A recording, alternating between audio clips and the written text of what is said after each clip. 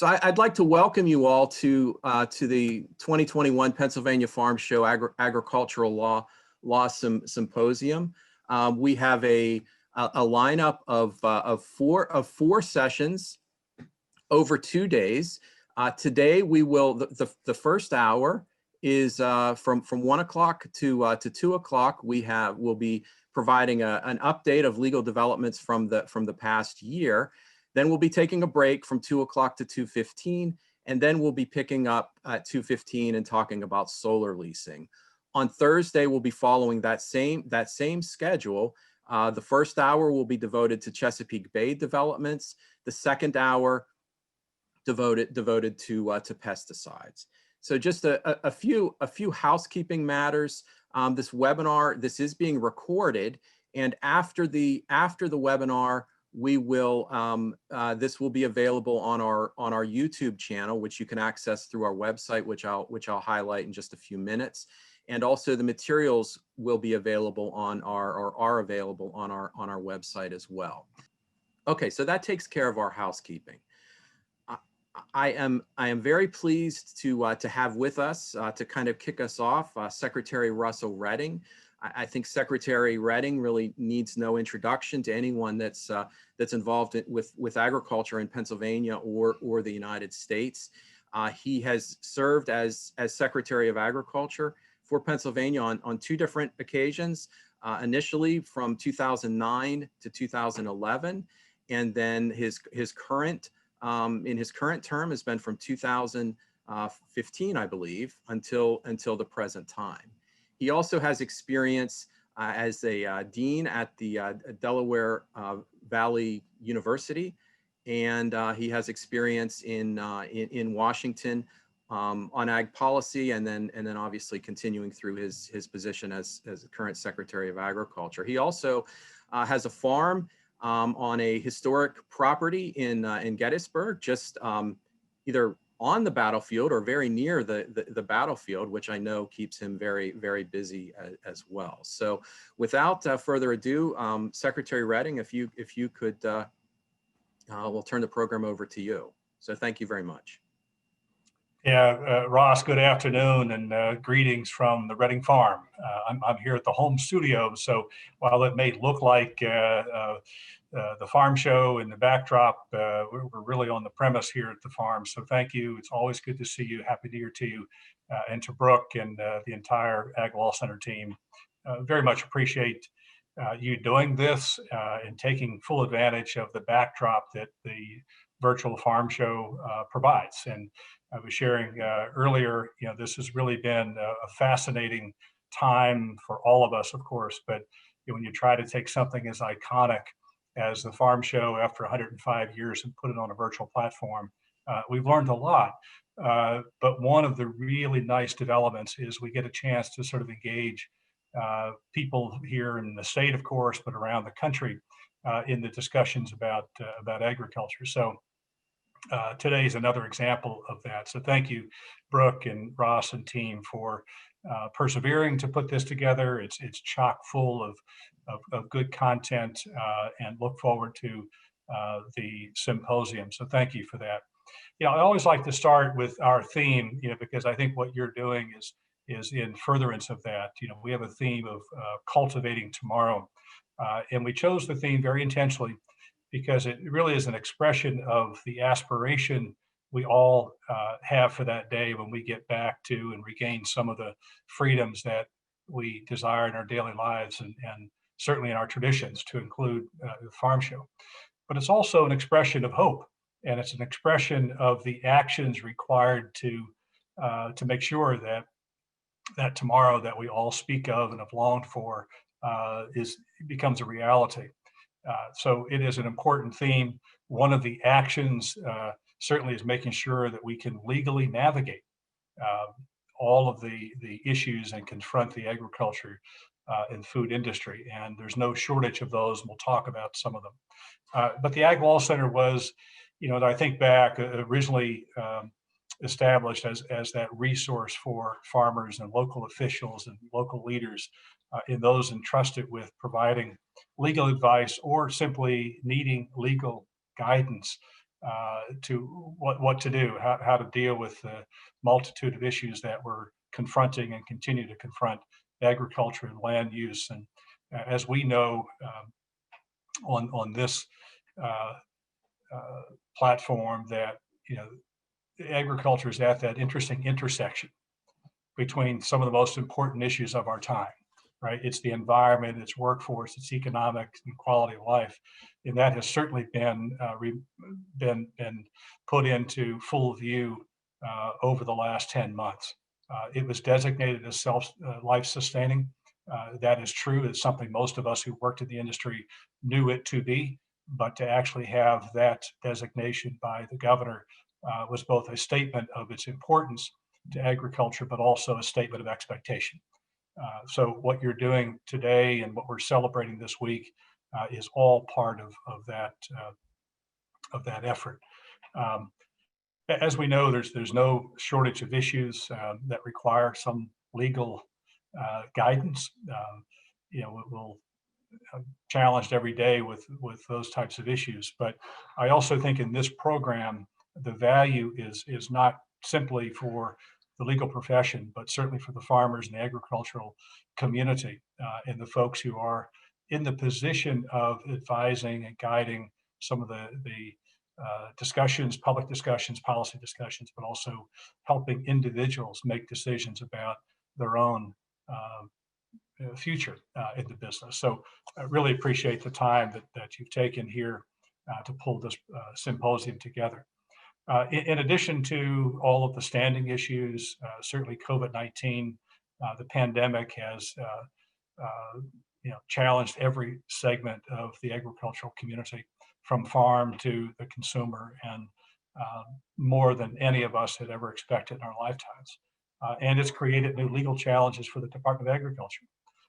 COVID was not only a challenge, but certainly 2020 gave us court case rulings on CAFOs and pesticides and herbicide registrations and bankruptcy issues of one of the largest buyers of raw milk from Pennsylvania farms, and the resulting fallout, including the attempt by attorneys for bankruptcy trustee to claw back some of the money that had been properly and legally paid to farmers in the normal course of business. I just want to thank Brook for his leadership and advocacy on the front side to help us navigate. But that's just one example. I'm particularly pleased, Ross, that your team has recognized the value of this virtual farm show to engage and, as you noted at the outset, provide some continuing legal education, since there hasn't been any CLE credits offered on the agricultural law in Pennsylvania for the last 4 years. Yet the interest in these topics is clearly there. The membership of the Pennsylvania Bar Association Agricultural Law Committee, one of the resources that we look to and use in agricultural issues, is that a record high membership of 75. You've got 100 plus folks who are on the call today in the symposium, so thank you for that. I know that Penn State, the Ag Law Center, will be offering CLE credits to agricultural law going forward on a regular basis, and thank you for that. The topics of this symposium are especially timely when you think about the solar leasing session. I mean, it's one of the great opportunities, of course, for Pennsylvania, but we'll also tell you we're greatly challenged by what we currently have as a construct for the regulatory requirements and land use requirements around solar. You've got the dicamba use. That continues to evolve, and we've all watched it. We've all been frustrated by it, particularly at the farm level. But we're also going to take some time to talk about the Chesapeake Bay and what's to come. And again, there are so many issues, but that one in particular, I'm pleased to have on this agenda because it is something that we think about often. You can't talk about agriculture in the present state or what we envision as the future of this industry without addressing the issues of the environment and water quality. We also think there's some opportunities as we look at the new administration around carbon and what happens in those carbon markets. We think we're in a really good position because of the environmental stewardship in the investments we've made with the Bay. So hopefully we get both the water quality, we get the economic benefits of conservation and stewardship, but we also get some opportunity in the marketplace to further extend those benefits. So, but we could go on, but that's the heart of this symposium, is to elevate some of these contemporary issues that all of us in agriculture, either in the legal profession, are advising, but those in the non-legal profession are also trying to find the right policy and advise, and in some cases just do it. So thank you very much, Ross and Brook and the entire team, for your support of agriculture through the years, and certainly today.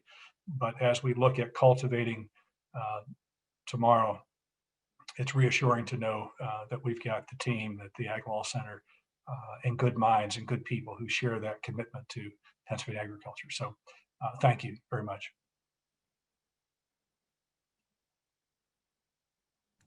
Thank you very much, Secretary Redding.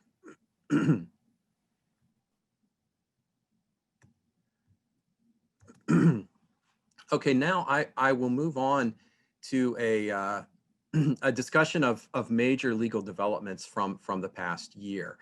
And I will be providing the first part of this update. Audry Thompson, who is on the staff at the Ag Law Center, will then be providing kind of the second part of that within this first hour.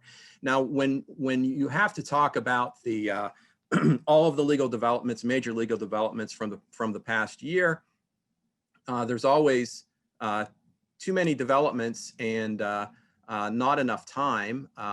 And I have my PowerPoint that kind of wants to drive itself here, so I'll have to kind of hold the steering wheel back on that, or else talk a little faster maybe. Okay, so the center, before we get into, or I guess as part of these legal developments, I want to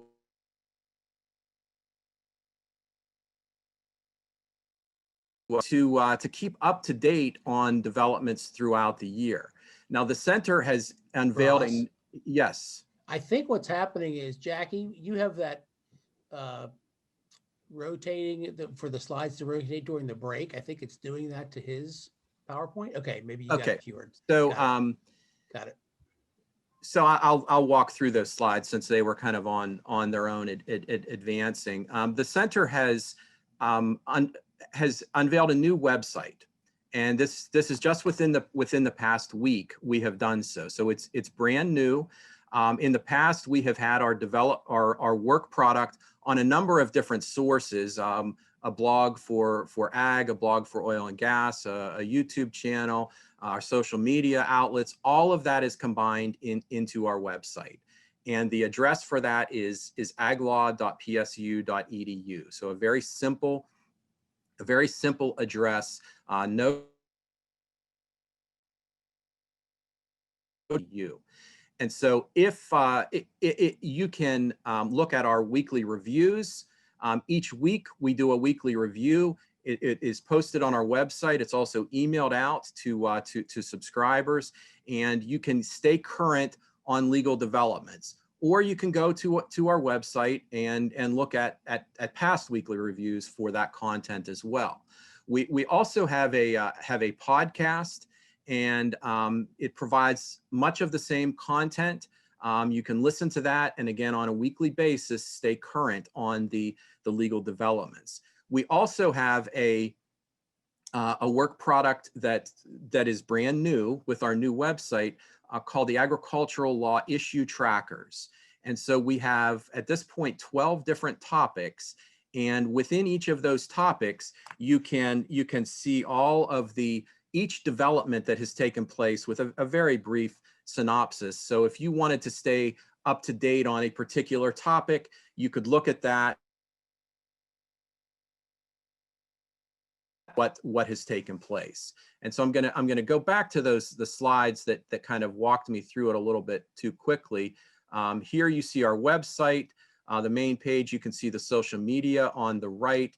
Here is the page within our publications tag for the weekly review. You have buttons for the podcasts. You also have the watch or listen tab at the top. You can click on that watch or listen tab and go to our podcasts as well as our YouTube channel. And here you have the main page of our issue trackers. And then where you can get kind of that information about each topic. Okay, so for into the developments, I want to start by talking about COVID. That COVID obviously has been the major development for agriculture and for everything else as we all sit in our home studios at this point. I'm going to talk about a couple dairy developments. Secretary Redding kind of alluded to some of those. Then we're going to talk about the Clean Water Act and WOTUS, talk about renewable fuel standard, agritourism immunity, and then I'll turn the program over to Audrey, who will talk about right to farm, about ag-gag, about some animal welfare issues as well. Okay, so with COVID, as you look at the legal developments, I think you can kind of break them down into at least three categories. One, government programs that are providing financial assistance to various groups. The second would be changes in enforcement or implementing laws based upon changes that were caused by COVID. And then there were a lot of labor law issues as well. Now, I'm just going to scratch the surface here. I mean, obviously, we could spend all 4 hours talking about COVID developments, and in fact, we did. We spent 4 hours this summer. We had a 4-part webinar series. You can see that the subject of each of those 4 webinars, and you can watch the webinars if you go to our website on the Watch or Listen tab. You can be linked to our YouTube channel to get more information. Now, obviously, those webinars were kind of in the moment as to what was going on right then, but they provide a good historic background of the legal issues as they were developing. When we talk about kind of those those financial assistance, you know, initially there were the kind of the 4 big statutes. When you look at agriculture, I mean, really, I think the two programs that have been the most prevalent are the Farmers to Families Food Box Program, and then the CFAP, the Coronavirus Food Assistance Program. The Farmers to Families Food Box Program, you know, we now are in the 5th round. It was announced last week, an additional $1.5 billion available for deliveries of these food boxes through the end of April. According to USDA's website, as of yesterday, a total of 132 million food boxes had been distributed. The second, I think, kind of big program in agriculture has been CFAP, and we are the first round of CFAP provided $16 billion in direct payments. So there are different classifications of commodities, and these payments are paid to producers of those commodities. There was a second round of CFAP in the fall, an additional $14 billion, and that was for the categories. You had some based on a price trigger. You had flat rate, and then you had based on sales. So again, these are direct payments that are provided to producers. Now, when we move away from some of those direct programs providing financial assistance and into the legal developments related to changes in enforcement and implementation, I mean, what I have on the screen really is just a sample of those developments, because there certainly have been numerous developments. But first, you had the waiver of service rule, and that has been repeatedly extended, and most recently on December 1st, it was extended to right now the end of February. the second development that I have mentioned here is just kind of emblematic of government agencies needed to adjust to the changes, to the disruptions in the supply chain, and change standards or as a result of those disruptions. And then the last one I think is just interesting that, in the early days, you had FDA alone, just one agency had issued 53 separate guidance documents.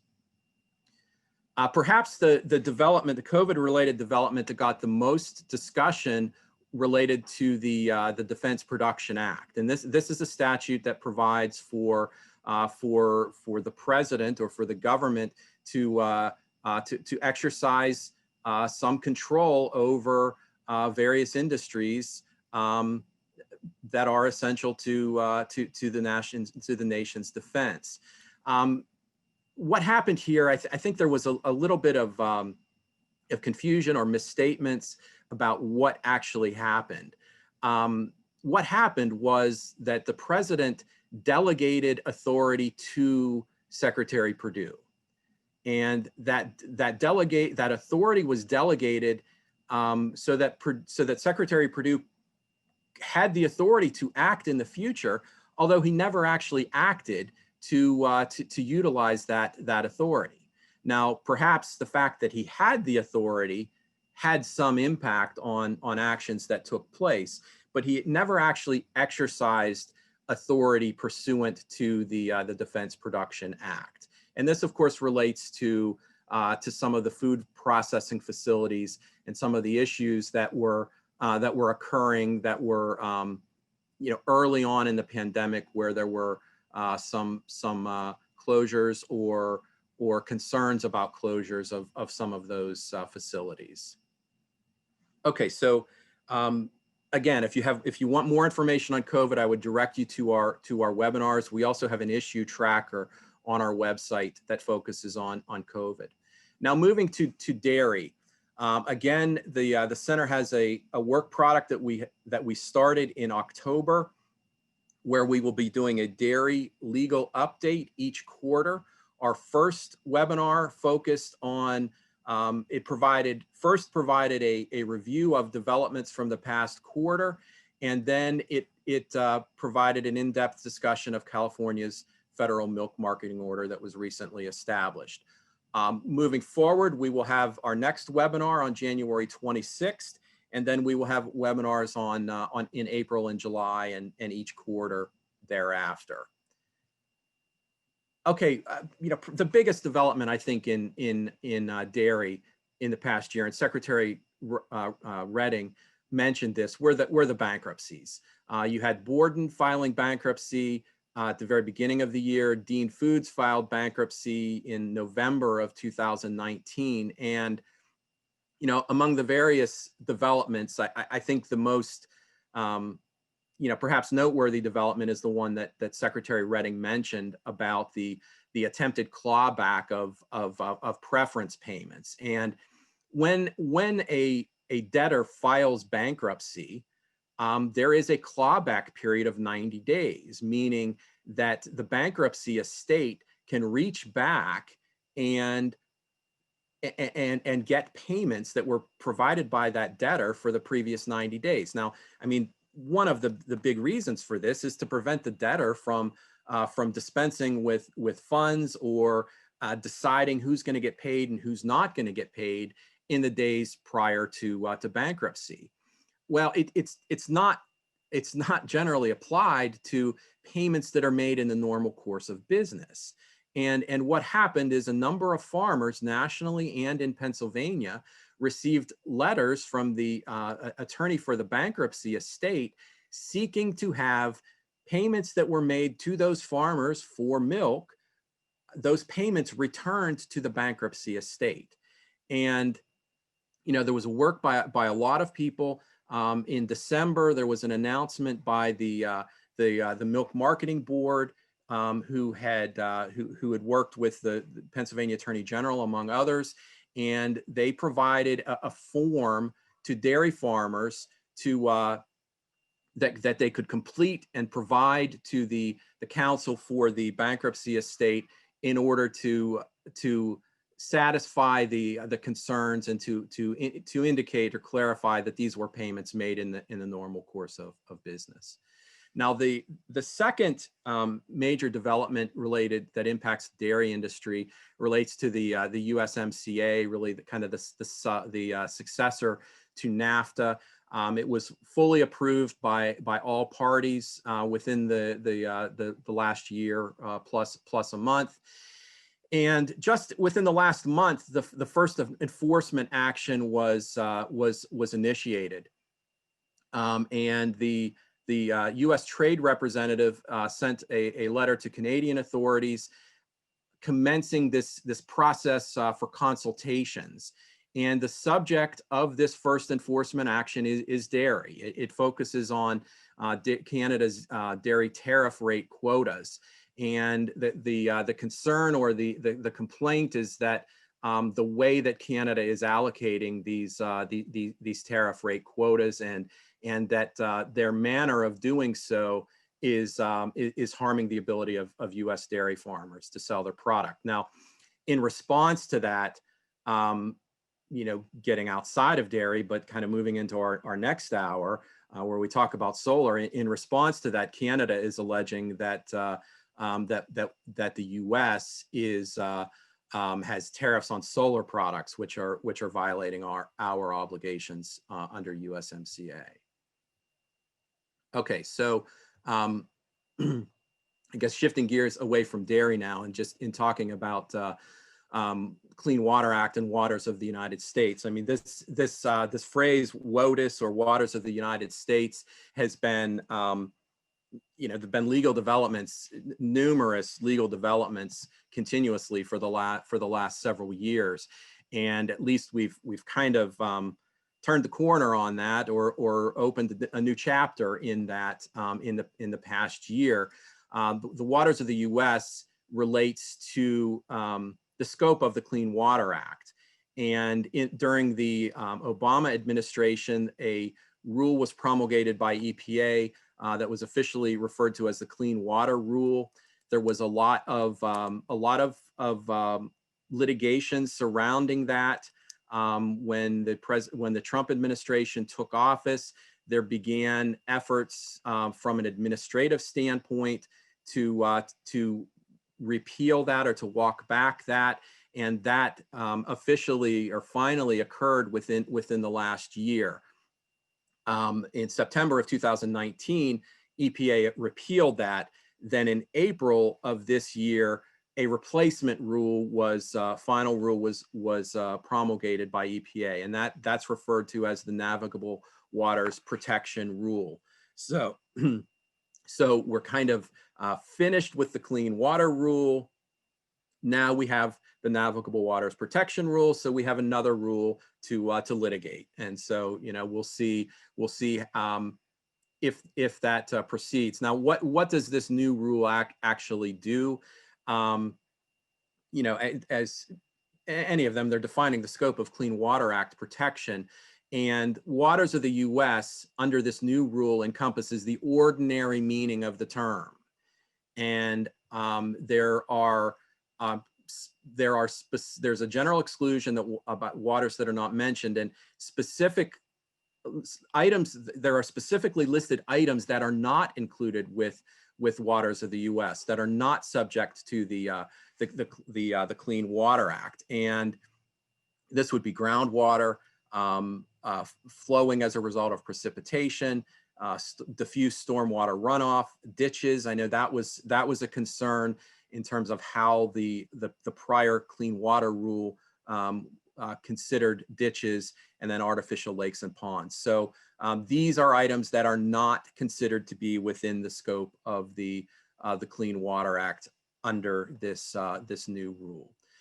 Also, and this kind of moves away from ag, but this is a case that I think has application to agriculture. This was a decision or an opinion that was rendered by the U.S. Supreme Court in April of last year, the county of Maui versus Hawaii Wildlife Fund. And the facts of that case were that there was sewage that was being injected. The municipality, they're injecting treated sewage into underground wells, and then this water eventually travels. It's a half a mile from the Pacific Ocean. It eventually travels into the Pacific Ocean. And so the issue that the Supreme Court looked at was whether a permit was required when there was a point source discharge, because we have a point source here, but when it gets to the navigable waters, it's done through a non-point source. So you have kind of a mix of a point source, but then ultimately the transmission into the navigable waters is through a non-point source. So you can see in that factual setup the potential application in an agricultural or two agricultural facilities. And so in this case, the U.S. Court of Appeals for the Ninth Circuit, the lower court, had determined that the standard was whether that discharge was fairly traceable. So whether the discharge into the Pacific Ocean was fairly traceable to the point source. The U.S. Supreme Court, however, differed and determined that the standard was whether there was a direct discharge or whether there was a functional equivalent of a direct discharge. Now, what does that mean? What does it mean to have a functional equivalent of a direct discharge? And the court noted that the relevant factors were time and distance, the materials through which the item is traveling, how much it's diluted or changes during that flow. Now, the Supreme Court recognized that they were not providing a clear guidance in their opinion, and they felt that that they would look to EPA for administrative guidance. Now, last month, I believe it was December 12th, EPA did issue guidance for determining when a permit was required in the situation, or kind of when you have a functional equivalent of a direct discharge. They issued proposed guidance. The comment period ended yesterday. Now, it was a guidance document. So, a guidance document is just indicating what EPA's thoughts are on how they would enforce that. Now, of course, with the presidential transition and the administrative changes upcoming within the next, I guess, week now, or a little over a week, I think you can kind of think, is that proposed guidance, is it going to still represent what the position of EPA is? So I think we'll have to stay tuned to see if EPA continues on that process, or if they take a different direction in terms of how they are going to view what is a functional what's the functional equivalent of a direct discharge. Okay, the renewable fuel standard, just I guess a couple minutes on this. Goes back to the Energy Policy Act of 2015. It's administered by EPA. Essentially what it does is it establishes a threshold, a minimum volume of renewable fuels that need to be in the entire nation's transportation fuel. And so there are different categories of renewables, but there are these minimum volumes, and then there's a system to establish how we kind of divide up that volume. But there's a statutory minimum, and the statute actually goes year by year, stating what that minimum is up to 2022. After that point, EPA has the authority to determine that minimum volume threshold. However, prior to that point, so now, EPA has the authority to issue waivers for the volumes, the listed volumes in the statute. And really the legal issues that recur, I mean, there are many or much litigation on these issues. They generally revolve around EPA's exercise of its waiver authority in setting those minimum thresholds, or in waiving the minimum thresholds that are set in the statute, and then also in granting these small refinery exceptions. So for refineries under a certain size, they don't have to comply with it. They don't have to have a minimum amount of renewable fuels. And on that particular issue, just what's the 8th? That was last Friday, the U.S. Supreme Court granted certiorari to look at a case from the 10th Circuit that involved the EPA's grant of these small refinery exceptions. So, this is, what I've read is arguments probably going to be in, potentially April. So, I think this is a case that's certainly going to be a very, very closely followed in many sectors of agriculture. Okay, agritourism immunity. A number of states have legislation that provide for some immunity for farms that are engaged in agritourism.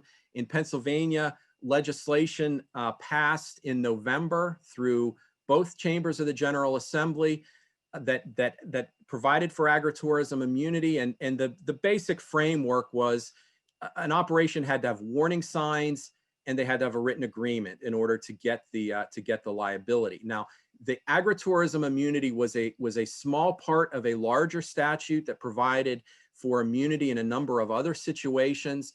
The legislation was vetoed by the governor, and in his veto statement, he expressed concerns about immunity being granted related to COVID, not to the agritourism, but it was part of the overall statute, so it was vetoed as well. And so we'll have to see if, now that we're in the new legislative session, if this is an issue that once again gets picked up by the General Assembly. And I will now turn the program over to Audry Thompson, who will continue to talk about a lot of state legislation from other states and litigation challenging that state legislation. Thank you, Ross. Well, there were many legislative developments throughout the country at the state level, but we wanted to talk about significant developments that have the potential to have an effect beyond the borders of a given state or influence future legislation and regulations. And so broadly, these break down into 3 categories. We've got right to farm issues, First Amendment and free speech issues, and then animal welfare issues. And these touch on interstate commerce issues and will almost certainly affect out-of-state producers. And next slide, please. So first, under right to farm, there were 2 major cases this year that addressed right to farm laws. One where damages were awarded and one where the plaintiff's claim was dismissed and the law was held intact. And you've probably heard about this North Carolina case, McIver v. Murphy-Brown, where the court issued damages. This was a 4th Circuit case that originated out of 26 consolidated cases from the U.S. District Court for the Eastern District of North Carolina, which was claiming nuisance against a Smithfield subsidiary-owned CAFO, or concentrated animal feeding operation, that was located in eastern North Carolina. This 4th Circuit case upheld the district court's finding of liability, and it found that the plaintiff's land use had been in existence well before the operations of the subject farms began, and that it did not matter that some of the plaintiffs may have used their own land for agriculture purposes in addition to as a residence, or that other agricultural uses may have pre-existed in that locality. The 4th Circuit did, however, remand the case for recalculation of punitive damages. As you can see, the trial court originally awarded $75,000 in compensatory damages and originally awarded $5 million in punitive, which was reduced by state law to $250,000. But the 4th Circuit found that the jury had received information that it thought it was prejudicial, specifically some of Smithfield's financial information, including executive compensation. And there was also an issue of Smithfield being a Chinese-owned company that was presented negatively to the jury. Next slide. So in a case where the right to farm law was upheld, we have a case from Indiana, and The Himsel v. Himsel case challenged Indiana's right to farm law as an unconstitutional taking. The Indiana Appellate Court upheld the trial court's grant of summary judgment for the defendant CAFO owners and dismissed the plaintiff's claim that the noxious emissions, that's the court's words, from the CAFO constituted nuisance, negligence, and trespass. What's interesting about this case is that Indiana's right to farm law states that a significant change does not include the conversion from one type of ag operation to another type of ag operation, or a change in the ownership or the size of the operation. So this language makes it very difficult to point to some change in the operation that would make it susceptible to becoming a nuisance. Here, in this case, there was land that had been used for rotating crops, corn, soybeans, wheat, oats, and hay, and then had been converted into a CAFO facility. So this conversion was the basis for the plaintiff's rationale for an unconstitutional taking, which the court did not agree with. The plaintiffs here filed for certiorari with the Supreme Court in July, which was then denied in October. So this law is still intact as we speak. Next slide. Next, we have some First Amendment issues, our developments that trigger First Amendment issues. We have farm protection laws, which are known as ag-gag statutes, and then some food labeling laws. So for ag-gag laws that were struck down, there were two of them, both of which were because they attempted to regulate speech based on content. If you're not familiar with ag-gag laws, I'm sure that you are. They generally prohibit or enforce penalties for taking pictures or recording video, exhibiting dishonesty on a job application, or getting access to a production facility or farm. So the first law that was struck down this year was a 1990 Kansas statute, the Kansas Farm, Animal, and Field Crop and Research Facilities Protection Act, which was struck down as a First Amendment violation because it regulated speech based on content. As you can see from the language here, recording with the intent to damage and then entering an animal facility to take pictures by photograph, video camera, or by any other means. Recording is protected activity. So the court said that this statute was overly broad and issued a permanent injunction on April 3rd. Next slide. Another law that was struck down was the 2015 North Carolina law, the North Carolina Property Protection Act. In June, the U.S. District Court for the Middle District of North Carolina found this law to be unconstitutional, both on its face and as applied. And as you can see, the language here also goes to the intent of the actor, which would be to breach a person's duty of loyalty to their employer. And the court struck this down. Next slide. So these types of statutes have not fared very well, but Iowa is continuing to try to find a statute that is acceptable, and in June this year, it seems to look like they may have done that. Iowa's food operation trespass law was enacted in response to other similar statutes that Iowa had enacted that were then struck down. What's notable about this law is that it seems to be content neutral. It does not address the intent of the actor like the North Carolina and the Kansas laws. It just looks at the action, which would here is entering and remaining without consent. And so in that, it's similar to other trespassing statutes in other states. And this law has not been challenged as of yet. And next slide. And the second area that we have that triggers First Amendment issues is food labeling. So this year in May, Oklahoma enacted its Meat Consumer Protection Act, and you've probably heard about this as well. The main thing that this law did was define meat as a product that's derived from harvested production livestock and then establish that it is a misrepresentation to call something meat that does not meet that definition. The way for companies to get around this is to label their products as plant-based in font that is the same size and prominence to the name of the product. This law was challenged by Upton's Naturals Company, but the U.S. District Court for the Western District of Oklahoma declined to issue an injunction against the law, although it did stated that Upton's use of the terms burger, bacon, chorizo, hot dog, jerky, meatballs, and steak on its plant-based products are potentially misleading to a reasonable customer. Upton's has since appealed this to the 10th Circuit, so it's yet to be seen whether or not this law will remain intact, but as of right now, it is. Next slide, please. And our final big issue today is animal welfare. So there were several animal welfare developments this year. First, there were several challenges to California's Proposition 12, which is sort of the successor to California's Proposition 2, which was enacted in 2008 and became effective in 2015.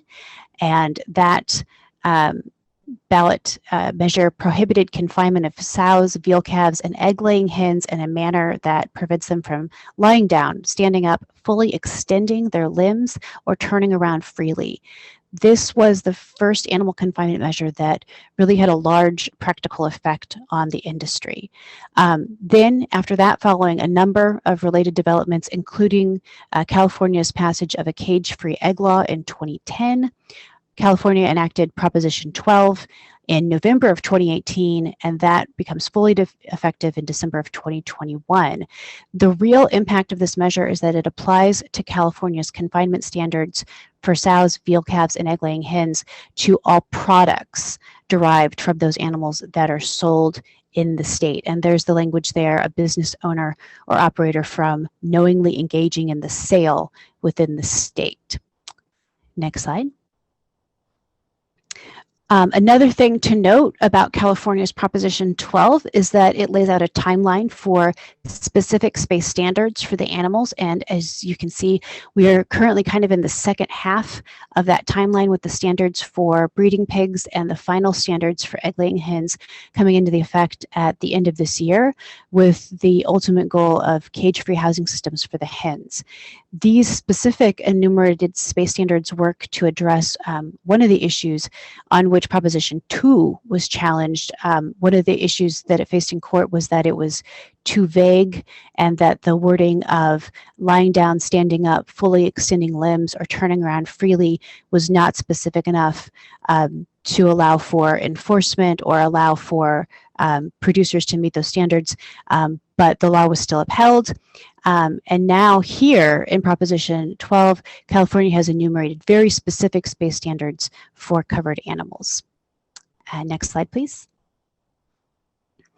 So there were a couple of challenges to Proposition 12 this year, and so far it seems that the courts are not very amenable to claims that this law infringes on interstate commerce. NAMI, or the North American Meat Institute, actually challenged Proposition 12 last year, and the U.S. District Court for the Central District of California denied to grant an injunction against the law, and this year in February, the court granted the government's motion to dismiss. The North American Meat Institute appealed to the Ninth Circuit, which then upheld the denial of injunction. Prop 12 was also challenged by the National Pork Producers Council in the Southern District of California. That court also denied granting an injunction. The key holding here is that the court found that Proposition 12 does not violate interstate commerce because it regulates in-state and out-of-state producers equally, and it's not targeted at interstate commerce. The court also gave very little weight to the argument that the standards would increase costs, stating that simply precluding less expensive production is not a substantial burden on interstate commerce. National pork producers have appealed to the Ninth Circuit, but for now, California Proposition 12 is still in effect, with those final standards becoming effective December of this year. Next slide. And finally, we have some cage-free egg law developments. First, Colorado enacted a cage-free egg law. This comes on the heels of several other state laws. Like California's Proposition 12, this law also has the final standard that egg-laying hens are housed in a cage-free housing system.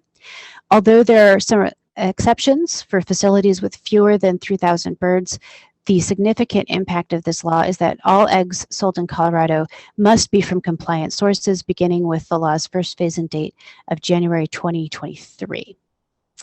And next slide. And I'm sure you're all aware, Colorado's laws is not the first of its kind. Several other states also have cage-free egg laws in place that apply to the eggs sold in the state, and those are set to phase in over the next 4 years, beginning with California and Proposition 12.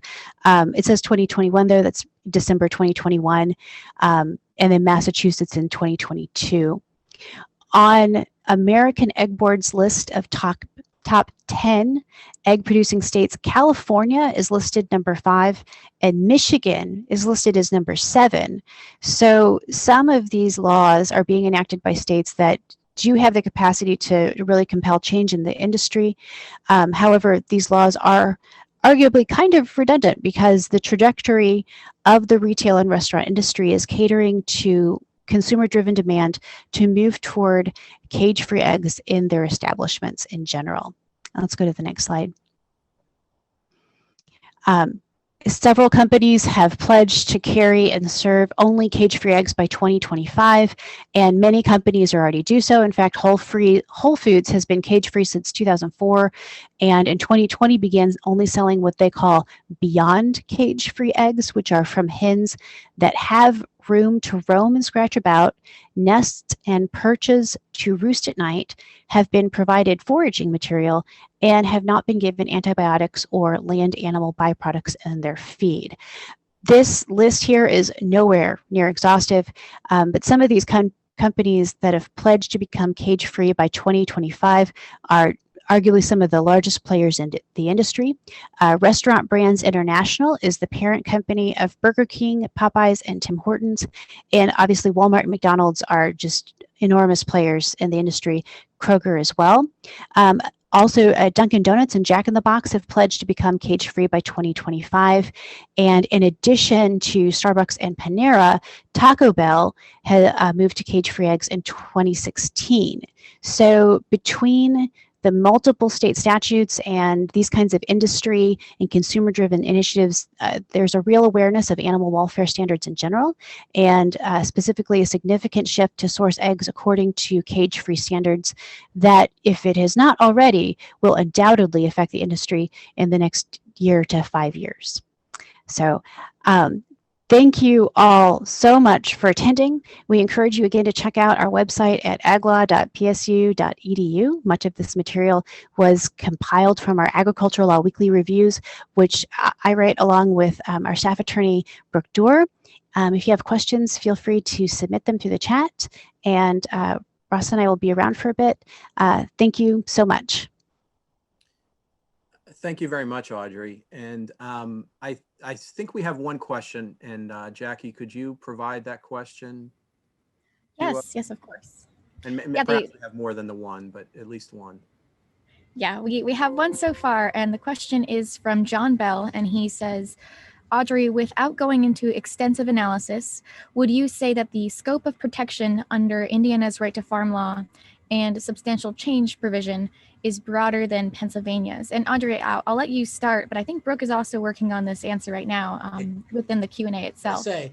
Audrey and I have talked about this in the course of our podcast, so I'll just jump in here and say, and John, maybe we'll turn your mic on, but I mean, my reading of that decision from the Indiana Supreme Court makes their law extremely broad, much broader than PA's, and my reaction, if I'm remembering it correctly, is essentially that we're all familiar with this concept of moving to the nuisance, and that a new residential land owner, let's say a residential landowner, moves in. The way Indiana is interpreting their law, not only do they essentially have no grounds to complain about any conditions that exist at that present time when they move in, but it appears that the way they're interpreting their law, you've consented to any future nuisance like conditions that you want to complain of, no matter what they may be. And it seems to be this odd, I don't know, John, if you want to turn John's microphone on, I find that Indiana Supreme Court decision to be oddly puzzling, but certainly an extremely protective of the ag uses, and sort of unique, I think. I mean, that's a very odd interpretation. Do we have John's mic on if he wants to make a comment on that? I find that case to be a very odd interpretation of their own law, but hey, it's the Indiana Supreme Court, so there you go. They have the right to interpret their law how they want to. John, did you find the same thing from that decision? Well, admittedly, I'm not as familiar with Indiana's law or its decision, but I know Pennsylvania has become engaged in a number of cases that litigated the substantial change provisions. Now, I guess the good news is our appellate courts have ruled very favorably, I think, in its interpretation of the substantial change provisions for Pennsylvania's farm protection. But that said, yeah, I think Indiana, what I know of Indiana's law and its recent court case certainly seems to me to take farm protections to another level. And right, I'm not sure I would bet my bottom dollar that our state's courts would blindly follow Indiana's. right. I think that's true. I think Indiana got a quirky result from a quirky interpretation of their statute that I think is not going to get replicated elsewhere. And while we're talking about that, if we have any other questions, we can go to those. But I wanted to point out too that one thing that we didn't quite mention, but when you plumb the depths of those North Carolina cases, the Murphy Brown ones, which odd name, those cases would never happen in North Carolina today because they've amended their law so that that won't happen again. And so they were very unique, or I'll put it this way, those North Carolina nuisance cases, would be prevented today under North Carolina law, as they would be prevented under most states' right to farm laws. So the idea that the sky was falling because of those those new North Carolina verdicts isn't correct. That there's really no applicability to what happened in North Carolina, to anywhere else, really. That was just a one-time thing where North Carolina, when it's all said and done, they just got their right to farm law wrong. They bungled it, and then it's been since amended. In fact, it was amended, if I'm not correct, and I think I'm correct and not mistaken on this, it was amended before those verdicts even came back. It's only because the verdicts applied to the law in effect at the time of the first filing, that it was amended before the jury even returned those verdicts. So anyway, if anybody has any other questions on right to farm law, it was sort of an interesting year on some unusual results there. And the Prop 12 stuff is, since we're talking about that and Audrey went over that, I don't see this being a good sign for any of the objections to, to confinement standards based on the Commerce Clause. In other words, this argument that you're regulating out-of-state commerce, or you're regulating some other state outside your jurisdictional bounds by saying that all product sold in your state has to comply with your production standards. That's been soundly thrown out. I mean, no federal court, at least not in California, has even come close to accepting that. So I think this idea that to challenging confinement standards on the basis of the Commerce Clause, I don't know that it has much life left in it at this point after what we've seen with the Prop 12 cases. Now, if I'm not mistaken, Audrey, there's one left that has not had, and one in California left that has not had a district court decision on it, but they've already gone up and attempted to engage the circuit, and the circuit wouldn't hear of it. So, you know, maybe there's another crack at it. One more go round to try to make that argument. But I think that these challenging confinement standards on the basis that it's somehow impermissible under the Commerce Clause is just about dead. I think that's if anybody has any disagreement with that, you're free to jump in, but that's kind of where I'm seeing it. Okay, I guess my video, I think, is going in and out here, but I think that that ends our first hour. We'll take a break until 2:15, where we will have a discussion of solar leasing and other solar development issues.